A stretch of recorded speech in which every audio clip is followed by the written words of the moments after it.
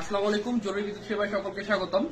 আপনারা অনেকেই মিটারের ইউনিট বা রিডিং দেখতে জানেন না, আমাদের কাছে প্রশ্ন করেন বা মেসেজ করেন যে কিভাবে আপনার মিটার ইউনিট দেখবেন।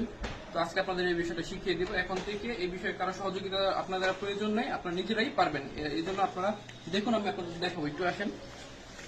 এই যে দেখেন, মিটারটা কিন্তু ডিসপ্লেতে এরকম অনেক লেখা থাকে। এই লেখাটার ভিতরে যেটা KWS, এই যে ডান পাশে কোণারে লেখা আছে KWS, এটা হচ্ছে ইউনিট। এটা হচ্ছে এই মিটারের মোট ইউনিট 3408 পয়েন্ট কত ওয়ান ধরার দরকার নেই। পয়েন্টের পরে যেটা আছে এটা ধরার দরকার নেই। এটার পয়েন্টের বাম পাশে যেটা থাকবে এটা হচ্ছে 3408। এই মিটারের হচ্ছে 3408 ইউনিট মোট ব্যবহার হয়েছে।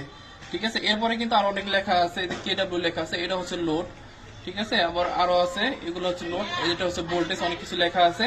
তবে এখান থেকে নিবেন হচ্ছে KWS। আর অনেক মিটারে আবার কিন্তু দুইবার KWS লেখা থাকে, সেই ক্ষেত্রে যেটা বেশি থাকবে সেটা হচ্ছে মোট মিটারের ইউনিট। তো এই জন্য আপনারা কি করবেন, প্রথমে মিটারের সামনে আসবেন, আসার পরে দেখবেন যেটা এখানে KWS লেখা আছে, এটা হচ্ছে মোট ইউনিট। আর আপনার বিলের কাগজে নতুন যে কাগজটা দিয়ে গেছে সেখানে বর্তমান যে রিডিংটা লেখা থাকবে সেটা কত লিখে নিয়ে গেছে। সেই লেখার সাথে যদি এই মিটারের লেখার মিল থাকে তার মানে হচ্ছে আপনার রিডিং সঠিক লেখা হয়েছে। আর যদি দেখা যায় যে মিটারের বিলের কাগজ আপনার অনেক বেশি আছে কিন্তু মিটারে বাস্তবে কম আছে, যদি এরকম থাকে তাহলে মনে করবেন যে ভুলবশত হয়তো বেশি রিডিং লেখা হয়ে গেছে। তখন আপনারা বিদ্যুৎ বিলের কাগজ এবং মিটারের ছবি তুলে নিয়ে বা মিটার 1 মিনিট ভিডিও করে নিয়ে বিদ্যুৎ অফিসে যোগাযোগ করলে বিদ্যুৎ অফিস থেকে কিন্তু ভুল বিলটা সংশোধন করে দেবে।